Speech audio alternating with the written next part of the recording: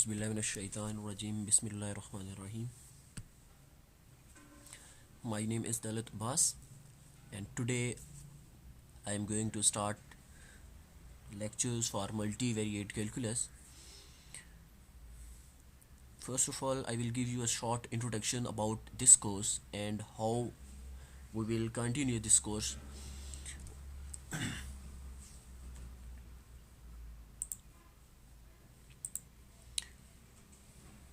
As I told you earlier that my name is Dalit Abbas, our course name is Multivariate Calculus. This is for the BS Computer Science 5th semester. I divided this course into 3 parts. The first one consists of assignment and quizzes that you all know about, internal marks, जिसमें हमारे पास 20 marks हैं total. इन 20 marks को मैं assignments और quizzes में divide करूँगा, जिसमें आपके पास 2 to 3 असाइनमेंट्स भी पॉसिबल हैं, प्लस आपके पास 2 से 3 क्विज़ेस भी, रिटन क्विज़ेस. उसके बाद फिर आपका मिड टर्म एग्ज़ाम है, that will be of 30 marks. You all know that very well. And last but not the least, the final exam is of 50 marks. So first of all, we will talk about the introduction of the course and the assignment and the quizzes. मैं आप लोगों को ये guide कर दूंगा कि how I am going to take your assignments or quizzes.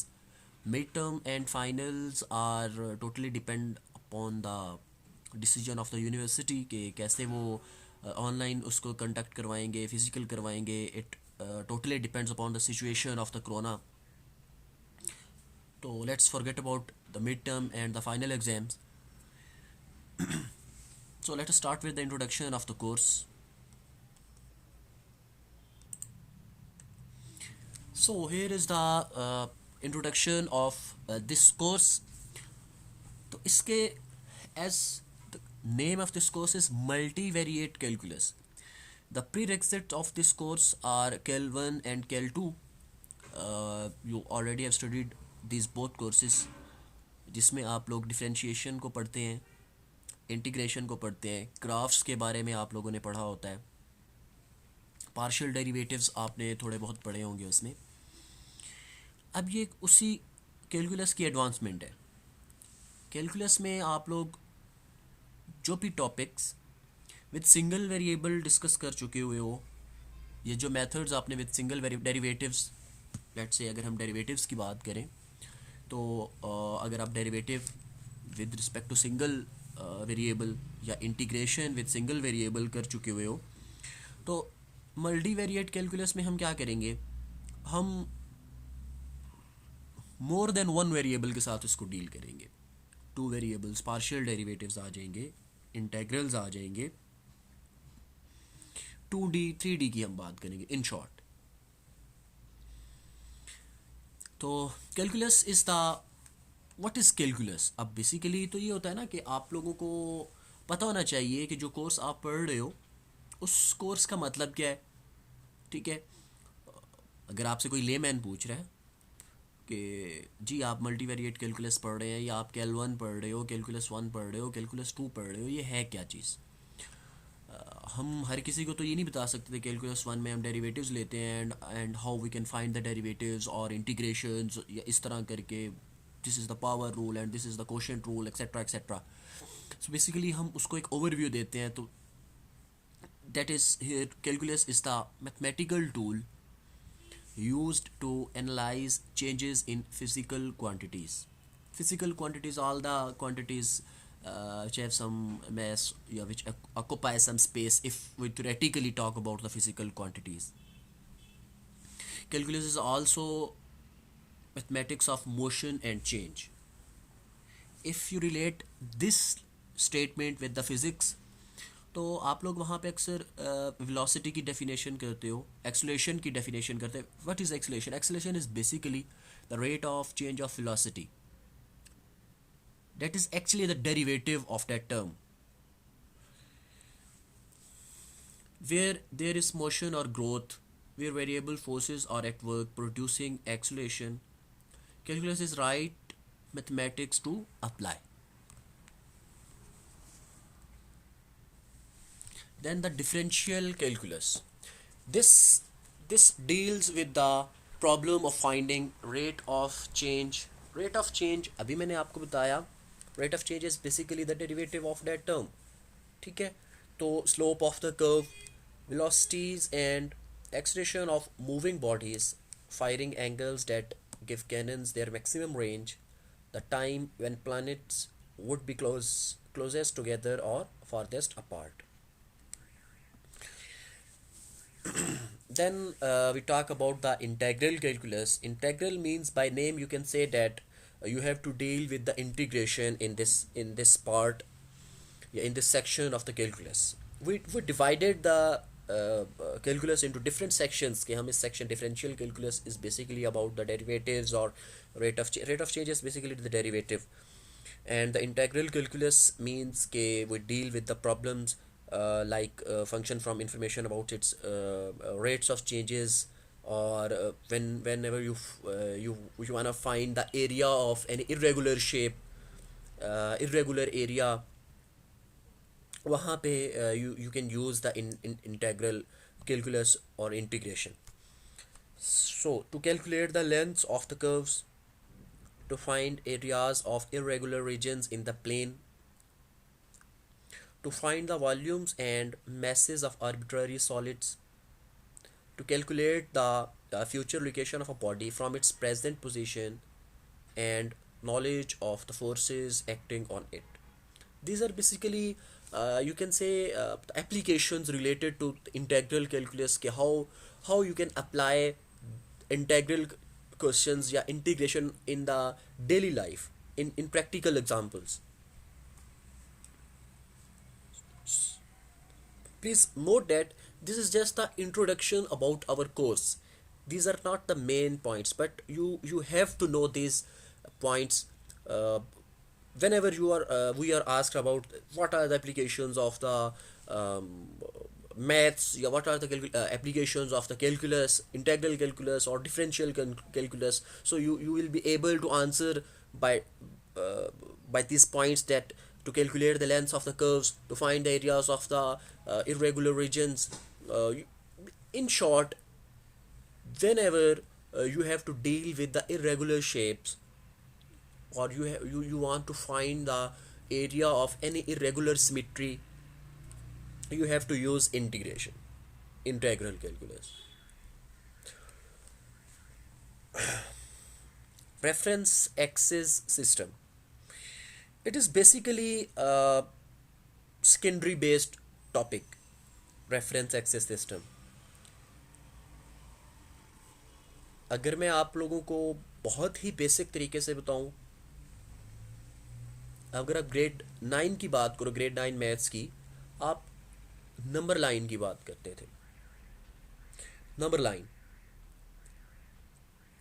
Number line पे basically क्या होता था, हमें कोई पॉइंट दिया जाता था, कोई नंबर दिया जाता था, और the question was K show represent this number on the real line या number line, sorry.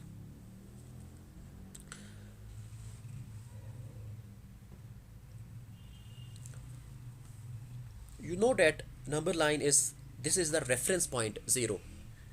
The numbers on the right side of the 0 are positive, the left side of the 0 are negative.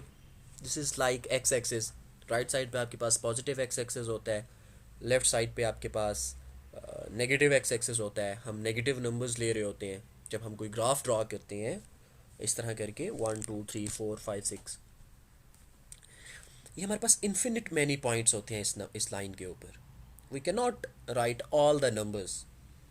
हाँ, हम ये है कि according to the situation या according to the conditions our या according to our requirements, जो हमारी requirements होती हैं, हम उन नंबर्स को नंबर लाइन के ऊपर ड्रॉ कर लेते हैं और लोकेट कर लेते हैं with this is our reference point. इसके अकॉर्डिंगली कि लेट से आपसे कोई कह देता है कि जो है ना 2 को लोकेट करें, -2 को करें, 3 को लोकेट करें ऑन द नंबर लाइन.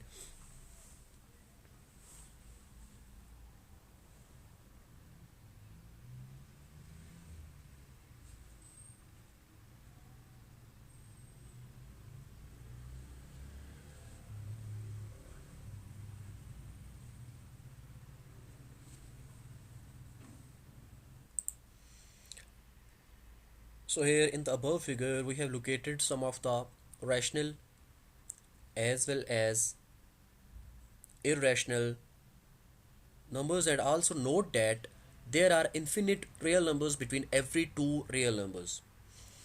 ये चीज़ मैं आपको पहले भी बता चुका हूँ कि there are infinite real numbers. This is a very common statement that we have infinite many real numbers between any two real numbers. Let's say 2 and 3 is an interval, तो इसके दरमियान में हमारे पास काफ़ी सारे 2.1 2.000 काफ़ी सारे इन्फिनिट मैनी होती हैं. We can not count that numbers. Infinite का मतलब ही यही होता है कि हम उनको काउंट नहीं कर सकते. उसके बाद हमारे पास यहाँ पे बात आ जाती है located some of the rational as well as irrational numbers. जब हम रियल नंबर्स की बात करते हैं ना, चलिए मैं थोड़ा सा आपको नंबर्स के बारे में बता देता हूँ.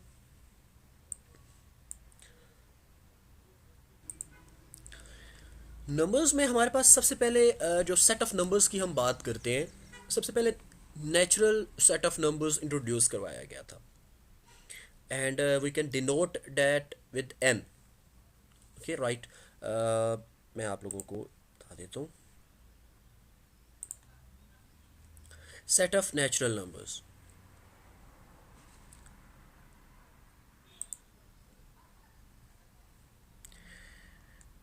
सेट ऑफ नेचुरल नंबर्स को हम इस तरह से डिनोट करते होते हैं, like this. n equals to, sets को हम कर्ली ब्रैकेट्स में लिखते होते हैं, that and the set of natural number starts from 1 1 2 3 and up to so on. This is known as set of natural numbers. अच्छा, यहाँ पे एक और चीज़ स्टूडेंट्स आपने माइंड में रखनी है कि आप लोगों ने अक्सर ये चीज़ देखी होगी कि हम देखते हैं जी 1 2 3 up to so on, XYZ up to so on. उसमें हम ये डॉट्स कभी 4 लगा देते हैं, कभी 5 लगा देते हैं, कभी 2 लगा देते हैं, but that doesn't mean so on. ठीक है, जब आप ये स्टेटमेंट बोलते हो ना 1 2 3 अप टू सो ऑन, या तो आप ये स्टेटमेंट लिखें, लेकिन अगर आप इसको मैथमेटिकली लिखना चाहते हो तो मैथमेटिकली आप इसको ऐसे लिखते हो, तो 3 dots, there must be 3 dots only. ठीक है, this one 1 2 and 3. These 3 dot represents so on, 1 2 3 so on. 3 से ज़्यादा अगर आप डॉट्स डाल देते हो वो भी कुछ नहीं शो कर रहे होते मैथमेटिकली अगर हम बात करें तो. ठीक है, तो इस चीज़ का ख्याल रखिएगा. आई होप आप में से काफ़ी सारे बच्चों को ये चीज़ पता होगी. अगर नहीं पता तो इन फ्यूचर आपने इस चीज़ का ख्याल रखना है.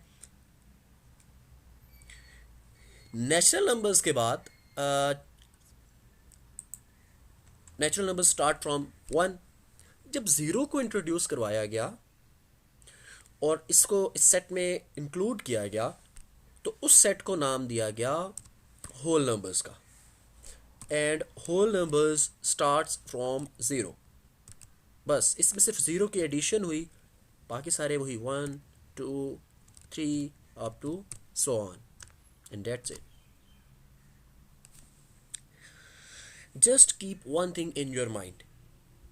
जिस जिस तरह से मैं सेट्स लिखता जा रहा हूँ ना, ये सेट्स बड़े होते जा रहे हैं. ठीक है, जैसे कि whole number is greater than natural number, set of whole numbers is bigger than set of natural numbers.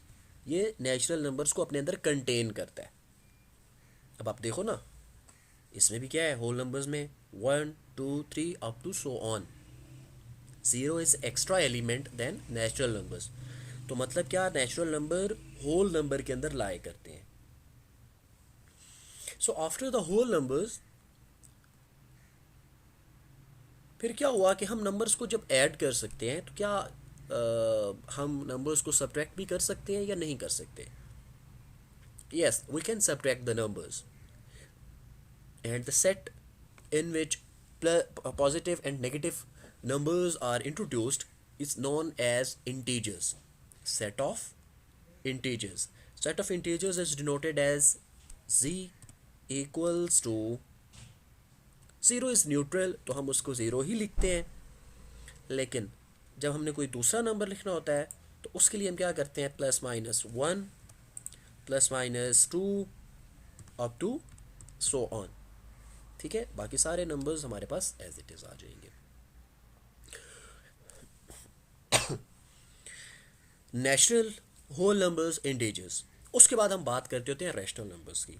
Rational numbers are denoted by Q.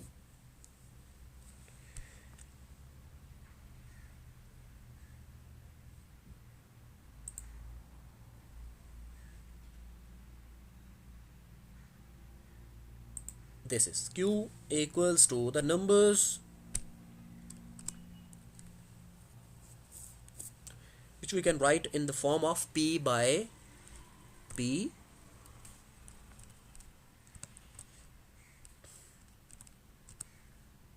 p by q, right. यहाँ पे हमने बस एक चीज़ का ख्याल रखना है, such that this q is not zero. अब क्वेश्चन ये आ जाता है कि ये q ज़ीरो क्यों नहीं हो सकता. q such that q is not zero. इसलिए ज़ीरो नहीं हो सकता क्योंकि जब आप किसी भी नंबर को ज़ीरो से डिवाइड करते हो तो आपके पास सिंटैक्स एरर आ जाता है. अगर आपके पास अभी भी कैलकुलेटर है, सेल फोन में है, कैलकुलेटर पास पड़ा हुआ है, आप किसी भी नंबर को ज़ीरो से डिवाइड करो, आपके पास मैथ एरर या सिंटैक्स एरर आएगा. रैशनल नंबर्स के बाद हम बात करते हैं irrational. Irrational numbers are very simple कि जो नंबर रैशनल नहीं होता वो इर्रेशनल होता है.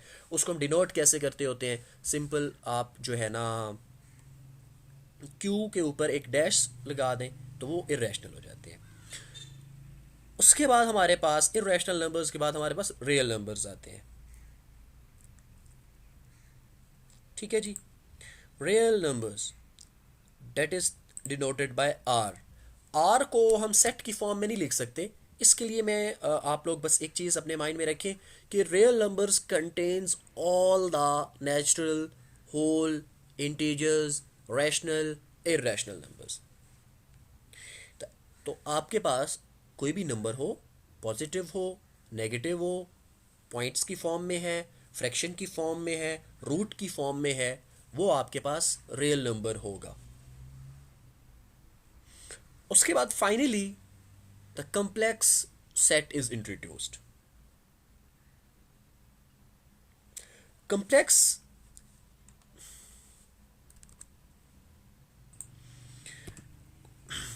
numbers are the numbers in the form of a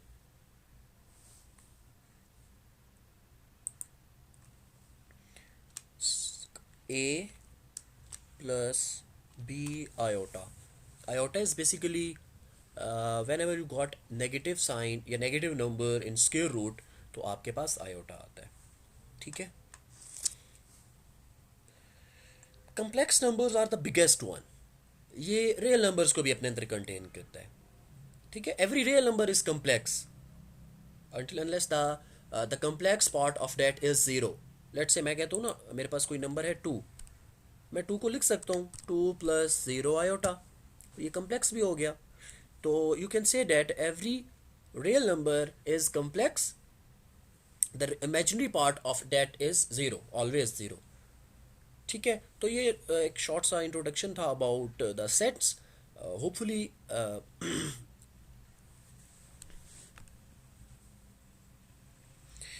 चलें हम आते हैं अपने वापस अपने लेक्चर की तरफ.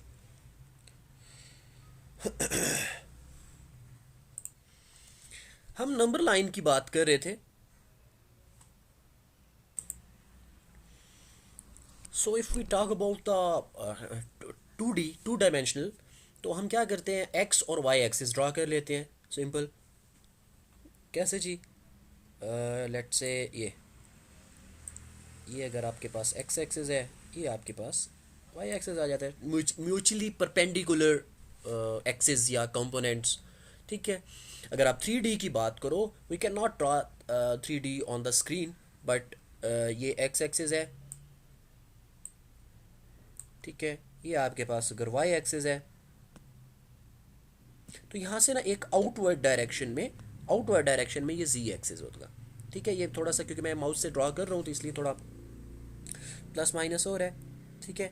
जी एक्सिस, तो अगर हम 3D की बात कर रहे होंगे, और इसी तरह अगर सिंगल अगर आप नंबर लाइन की बात कर रहे हो, तो उस पे तो आप पॉइंट्स को लिख रहे होते हो, 1 2 3 सिंबल आप पॉइंट्स शो कर रहे होते हो, या इस तरह करके। And the second thing is के अगर आप 2D की बात करो, एक्स और वाई एक्सिस की बात करो, तो फिर हम क्या करते हैं, हम ऑर्डर पेयर में उस नंबर्स को लिखते हैं। अगर आप ये देखो ना, लेट से ये है एक्स कॉमा ज़ीरो, अगर वाई आपका ज़ीरो हो तो फिर X comma zero, X is one, Y is two, तो 1 2 लिखते हो। अगर आप 3D की बात करो, तो इसी ऑर्डर पेयर को आप एक्सटेंड कर देते हो, एक्स कॉमा वाई कॉमा जी।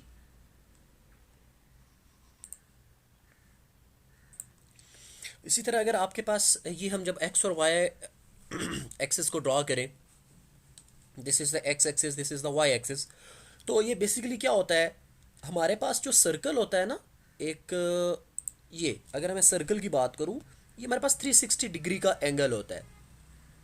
ठीक है। जब हम इस पे लेट्स से मैं अगर इसको यहीं पे ही ड्रॉ कर दूं, दिस इज़ ऑफ 360।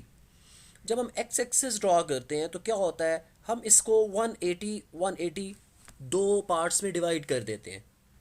ये आप लोगों को पता होगा, लाइन के ऊपर जो पूरा एंगल होता है वो 180 का होता है। ठीक है। तो अगेन जब हम वाई एक्सिस ड्रॉ कर देते हैं, तो फिर हम क्या होता है, हमारे पास हम इसी सर्कल को इनटू 4 पार्ट्स हमने डिवाइड कर दिया। Each one quadrant is of 90 angle. हमारे पास 4 क्वाड्रेंट्स बनते हैं, 90 इंटू 4 आप चेक कर लें, 90 into 4 is equals to 360। First quadrant, second, third and fourth, you know that this is positive X axis, this is negative x-axis, this is similarly this is positive y-axis, and this one is negative y-axis। तो अगर आप first quadrant देखो, तो first quadrant में आपके पास x भी positive है, y भी पॉजिटिव है। तो इसमें हमारे पास ऐसे ऑर्डर पेयर्स आते हैं जो दोनों जिनके साइन पॉजिटिव होंगे। ठीक है।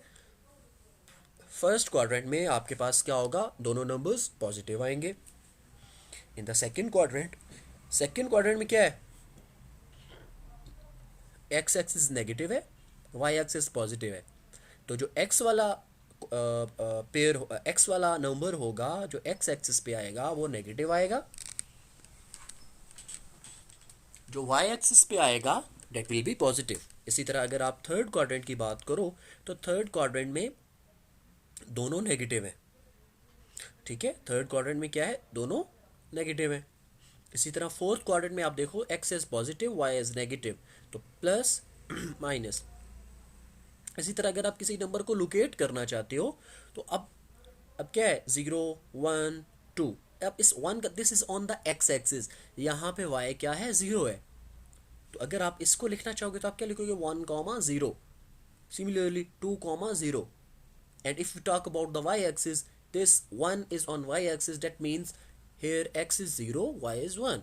तो ऑर्डर पेयर क्या होगा, 0 1। हमेशा जब हम ऑर्डर पेयर लिखते हैं, उस ऑर्डर पेयर में पहले हमारे पास x होता है, बाद में हमारे पास y।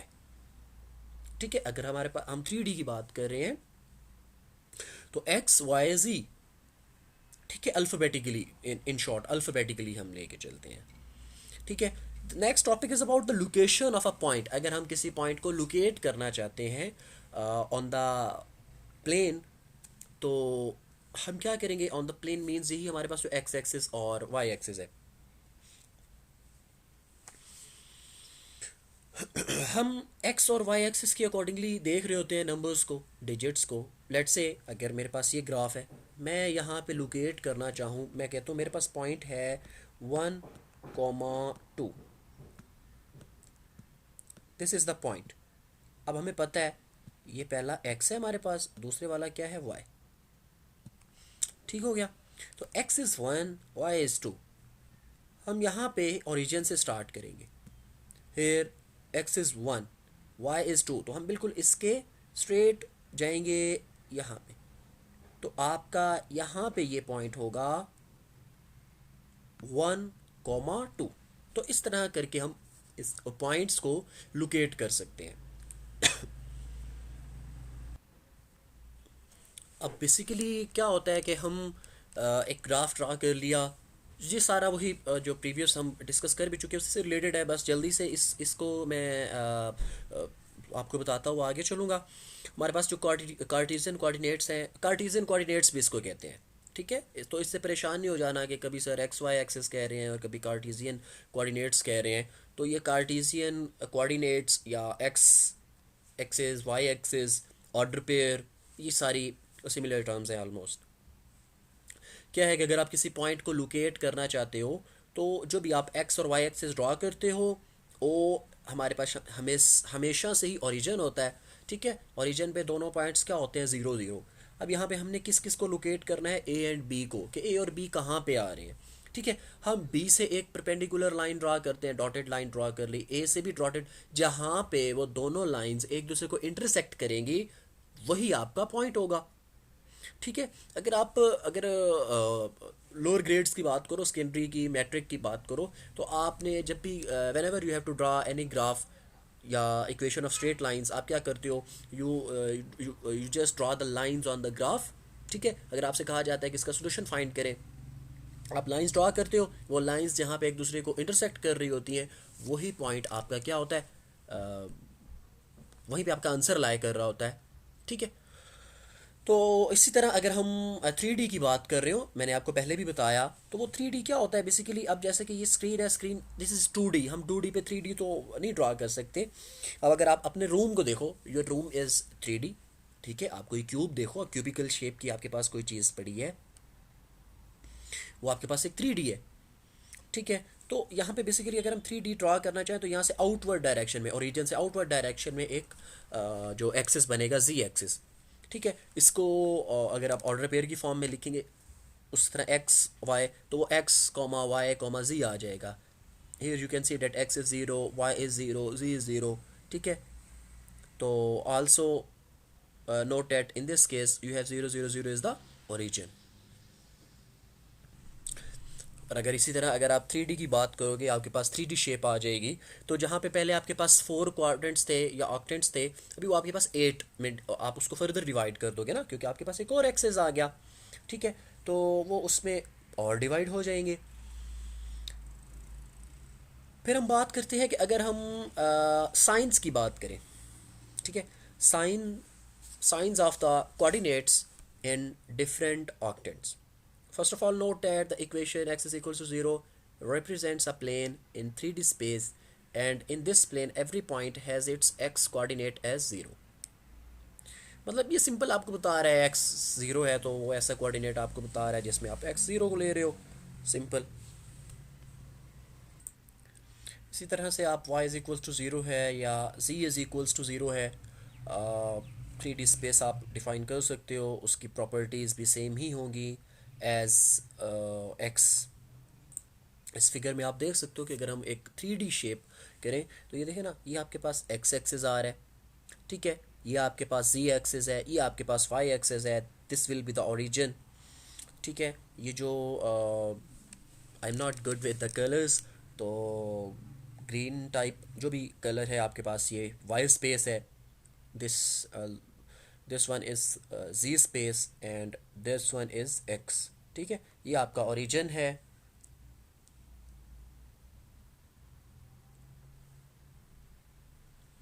0 0 0। ठीक है, तो the planes divide space into 8 octants।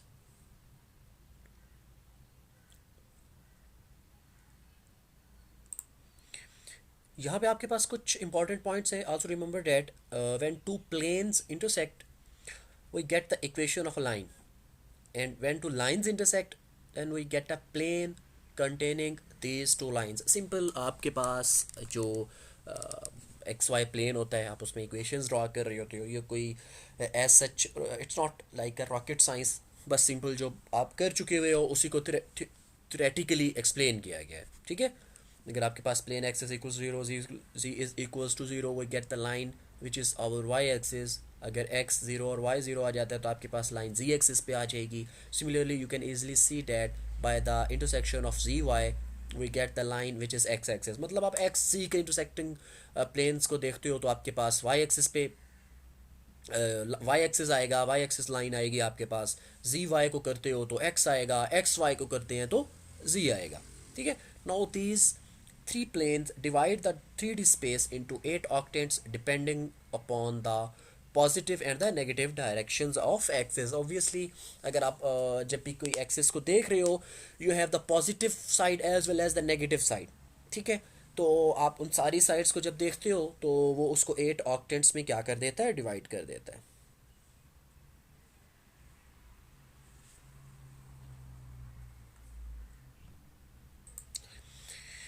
ये ऑक्टेंट्स किस तरह से, अगर आपको याद हो ना, जब आप कोई सेट लिखते हो, ठीक है, let's say 1 2 3 is any set. अगर आपसे कोई ये कहता है कि इस सेट के सबसेट्स लिखो, ठीक है, तो उस सबसेट्स क्या होते थे, एम्प्टी सेट, देन 1 2 3, देन 1 2 1 3 2 3, इस तरह करके जो आप उसके सबसेट्स लिख देते थे। इसी तरह फर्स्ट ऑक्टेट आपके पास आएगा positive plus plus plus X Y और जी तीनों पॉजिटिव होंगे।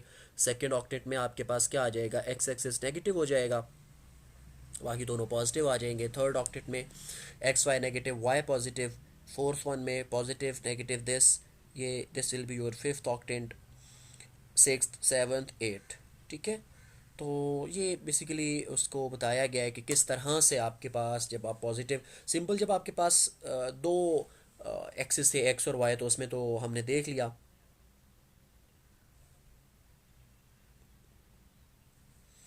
कि फर्स्ट क्वाड्रेंट में दोनों पॉजिटिव होंगे, सेकंड क्वाड्रेंट में एक्स नेगेटिव होगा और वाई पॉजिटिव होगा, थर्ड क्वाड्रेंट में दोनों नेगेटिव होते हैं, फोर्थ क्वाड्रेंट में क्या होता है जी, एक्स पॉजिटिव होता है, वाई नेगेटिव होता है। सिमिलरली अगर आपके पास आप 3D स्पेस की बात कर रहे हो, उसको आपने 8 ऑक्टेंट्स में डिवाइड कर दिया, तो फिर क्या चीज़ें आ जाती हैं आपके पास।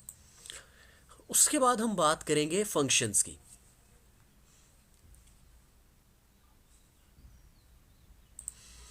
फंक्शन से रिलेटेड आप लोग वैसे तो पढ़ चुके हुए हैं काफ़ी सारा, तो हम यहाँ पे एक जनरल से इसका ओवरव्यू देखेंगे। Historically the term function denotes the dependence of one quantity to on another quantity. अब बेसिकली फंक्शन में आपके पास एक डिपेंडेंट वेरिएबल होता है, एक इंडिपेंडेंट वेरिएबल होता है, ठीक है। अब इंडिपेंडेंट वेरिएबल की वैल्यूज़ चेंज करते हो और देखते हो कि कैसे डिपेंडेंट वेरिएबल चेंज होता है। अगर आपको याद हो, आपने जब ग्राफ्स ड्रा किए, आपके पास कोई इक्वेशन होती है, let's say y is equals to 2x+1, आपको कहा जाता है कि दिस इज द इक्वेशन, इसको ड्रॉ कर दे। आप एक टेबल सेट करते हो, when x is equals to 1 तो y क्या आता है, when x is equals to 2 y क्या आ जाता है वैल्यू। तो वो बेसिकली आपके पास एक फंक्शन होता है y is the function of x, ठीक है। आप उस y को लेट्स से आपके पास कोई इक्वेशन लिखी हुई है, y is equals to 2x+1। अब ये तो वैसे तो इक्वेशन है, हम सारे इसको इक्वेशन ऑफ स्ट्रेट लाइन कहते होते हैं।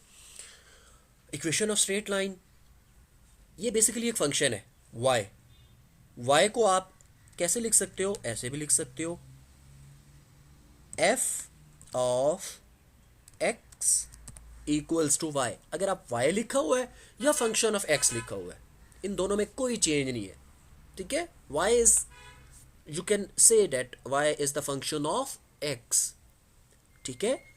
तो इसी तरह अगर मैं बात करूं, अभी जो मैंने डिपेंडेंट और इंडिपेंडेंट की बात की थी, तो यहाँ पे जो y है ना, y is dependent and x is independent, y is depending upon x।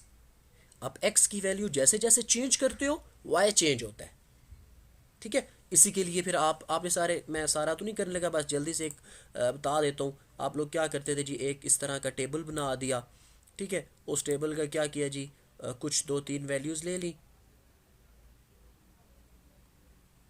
ठीक हो गया।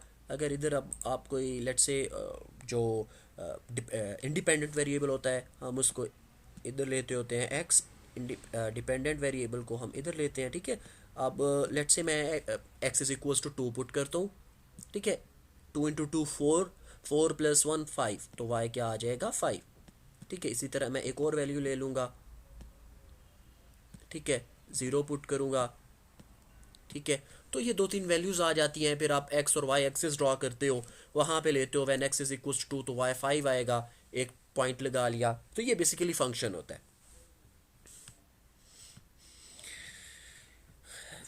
आप इसको we write it as Y is equals to F of X and we read Y is a function of X. Let's say आपके पास एक और example है, Y is equals to 2x,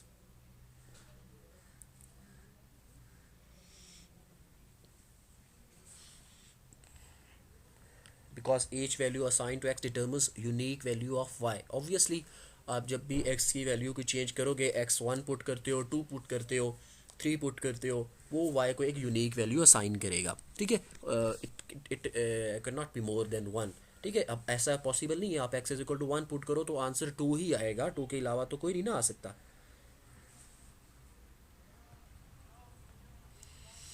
अब हम कुछ एग्जांपल्स देख लेते हैं और भी।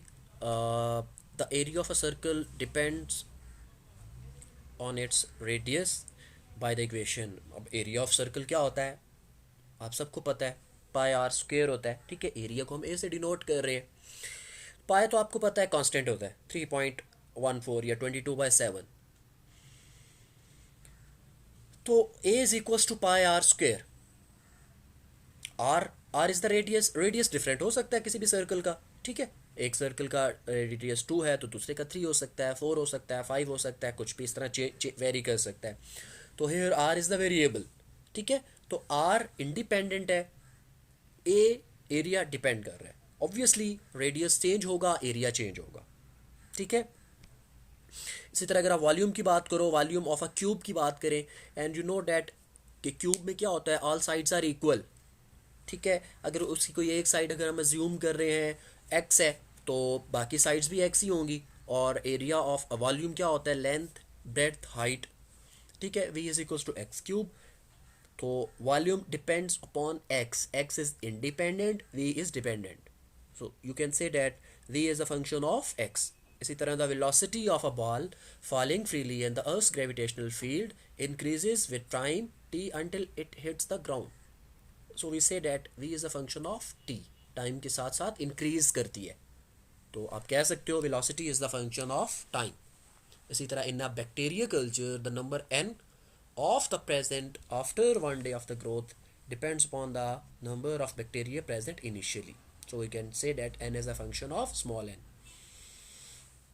अब हम बात करते हैं कि अगर हमारे पास फंक्शन ऑफ सेवरल वेरिएबल्स आ जाए, ये तो हमने फंक्शन ऑफ सिंगल वेरिएबल्स की बात की थी ना, Y is equals to 2x हो गया, या area is equals to area of the square था, A is equals to pi r square हो गया था, उसमें एरिया क्या उस पर डिपेंड कर रहा होता था रेडियस पे सिंपली। अब ये ज़रूरी नहीं है कि फंक्शन जो है, फंक्शंस को हमारे पास सिर्फ और सिर्फ एक ही वेरिएबल पे डिपेंड कर रहे होते हैं, मोर देन वन वेरिएबल्स पे भी ये डिपेंड कर सकते हैं, ठीक है। उसके एग्जांपल्स देखते हैं अभी हम जी।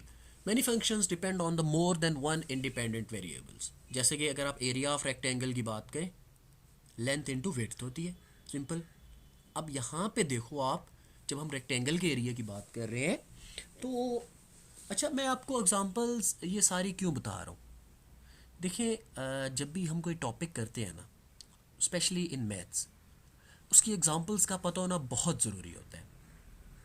अगर आपको एग्जांपल्स का नहीं पता, आप टॉपिक को बस ऐसे ही समझे, कुछ भी नहीं कर रहे। ऐसे तो वो सिंपल है, जैसे बच्चों ने कोई चीज़ याद कर ली, आपको भी टॉपिक पता है, अच्छा हमने फंक्शंस भी पढ़ा, हमने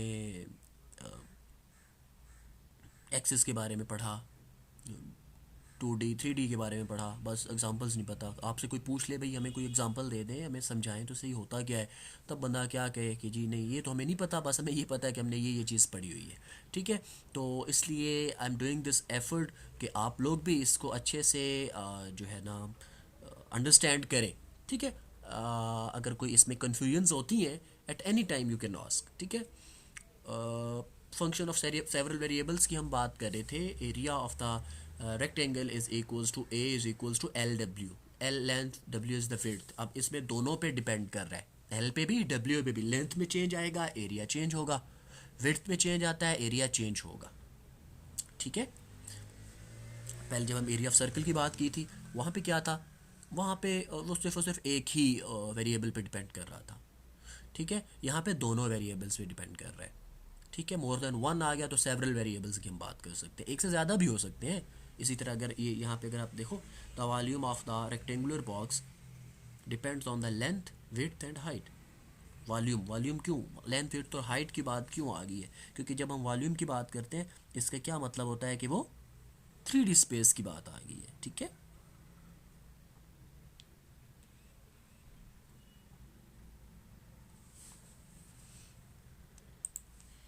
the area of a triangle depends on it's base. ये एरिया ऑफ ट्राइंगल होता है हाफ लेंथ इनटू हाइट। ठीक है, तो लेंथ पे भी डिपेंड कर रहा है, या बेस, बेस आप कह लो, एक ही बात होती है। तो दोनों पे डिपेंड कर रहा है, एल पे भी, एच पे भी। ठीक है, इन दोनों में से अगर कोई भी ऐसी वैल्यू, लेंथ चेंज होगा ऑब्वियसली एरिया भी चेंज होगा, हाइट चेंज होती है आपके पास एरिया चेंज होगा। The volume we of a right circular cylinder depends on its radius and height by the equation. This is the formula to find the volume of circular cylinder. ठीक है, तो pi r square h, pi is आप constant, तो उसके तो ऐसा सच फ़र्क नहीं पड़ता क्योंकि वो कांस्टेंट ही रहेगा। रेडियस चेंज हो सकता है, हाइट चेंज हो सकती है, तो रेडियस चेंज होगा फिर भी वॉल्यूम चेंज होगा, हाइट चेंज होगी फिर भी वॉल्यूम चेंज होगा। तो इट मीन्स कि volume depends upon the radius and height H. ठीक है, तो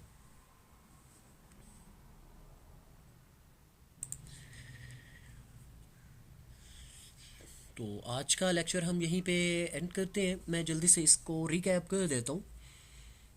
सबसे पहले आज के लेक्चर में हमने कैलकुलस का इंट्रो को देखा कि कैलकुलस क्या होती है। ठीक है जी, ये एक मैथमेटिकल टूल है जो कि फ़िज़िकल क्वांटिटीज़ में चेंजेस के लिए हम इसको यूज़ करते हैं, या जो चेंज इन मोशन होता है। ठीक है, उसके बाद इसको हमने दो कैटेगरीज इसकी डिस्कस की, differential calculus and integral calculus. ठीक है, डिफरेंशियल कैलकुलस में हम रेट ऑफ चेंज और स्लोप ऑफ द कर्व की बात करते हैं। Rate of change is basically rate of change of anything, any physical quantity. ठीक है, velocities and acceleration of moving bodies. उसके बाद इंटीग्रल की बात की, इंटीग्रेशन का हमने ये देखा कि हम इंटीग्रेशन कहाँ कहाँ पे अप्लाई कर सकते हैं। तो to calculate the length of the curves, to find the areas of irregular regions in the plane, to find the volumes and the masses of arbitrary solids. ठीक है, to calculate the future locations of a body from its present position and knowledge of the forces acting on it.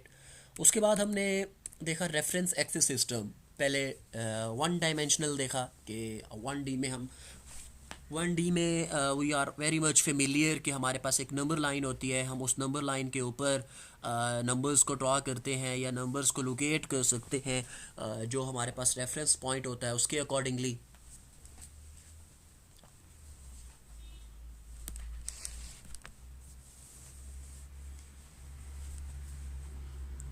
ठीक है, ये zero हमारे पास यहाँ पे एक आप रेफरेंस एक्सिस कह सकते हो।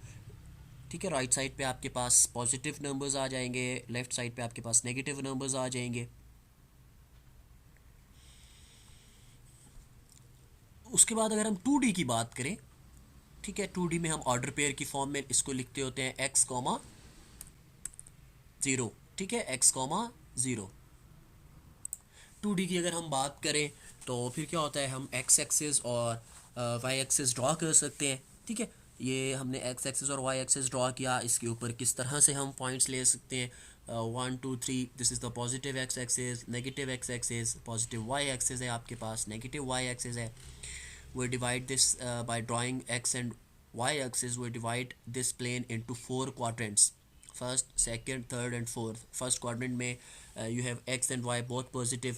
ठीक है, सेकेंड क्वाड्रेंट में क्या होता है, x नेगेटिव होता है, y पॉजिटिव होता है। इसमें x और y दोनों आपके पास नेगेटिव होते हैं। ठीक है, इधर आपके पास x positive, sorry y positive होता, एक्स नेगेटिव होगा, ठीक है। इसी तरह फिर हम लोकेशन की बात करें, लोकेशन ऑफ अ पॉइंट की, कि how we can find the location of a point in cartesian plane.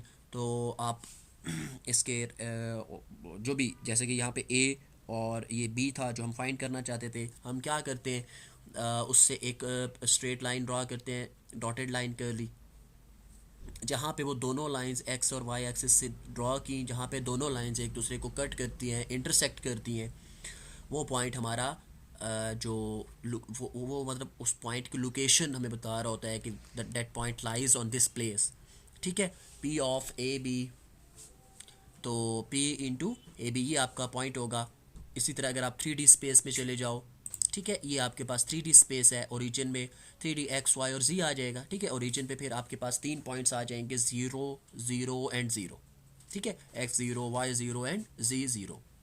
तो ये चीज़ हमें यहाँ पे है हमारे पास कि जब हम 3D स्पेस में जाते हैं, एक्स वाई और जी एक्सिस हमारे पास आ जाता है, तो हम उसको, एक्स और वाई था तो हमारे पास 4 क्वाड्रेंट्स थे, यहाँ पे हमारे पास 8 ऑक्टेंट्स आ गए, ठीक है। 4 क्वाड्रेंट्स, क्वाड्रेंट स्क्वाड 4 पार्ट होता है, यहाँ पे 8 पार्ट्स, उसमें 8 सेक्शंस में डिवाइड कर देंगे, तो इसलिए हम उसको क्या कह रहे हैं, ऑक्टेंट, ठीक है। First octant, second, third, fourth, और वहाँ पे साइंस हमारे पास किस तरह के आ जाते हैं वो आपके सामने है। यहाँ पे फर्स्ट में तीनों पॉजिटिव, सेकंड में वाई और जी पॉजिटिव होगा, एक्स नेगेटिव होगा, थर्ड में एक्स वाई नेगेटिव होगा, जी पॉजिटिव होगा, फोर्थ वाले में एक्स और जी पॉजिटिव, वाई नेगेटिव, फिफ्थ वाले में एक्स वाई पॉजिटिव, जी नेगेटिव, इसी तरह सिक्स, सेवन्थ और एट।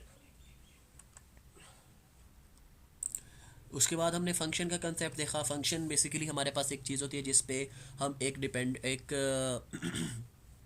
डिपेंडेंट और इंडिपेंडेंट वेरिएबल की बात करते हैं। एक जो डिपेंडेंट वेरिएबल होता है that changes its values with the help of the independent variable. जैसे जैसे हम इंडिपेंडेंट वेरिएबल को चेंज करते हैं, डिपेंडेंट वेरिएबल चेंज होता है हमारे पास।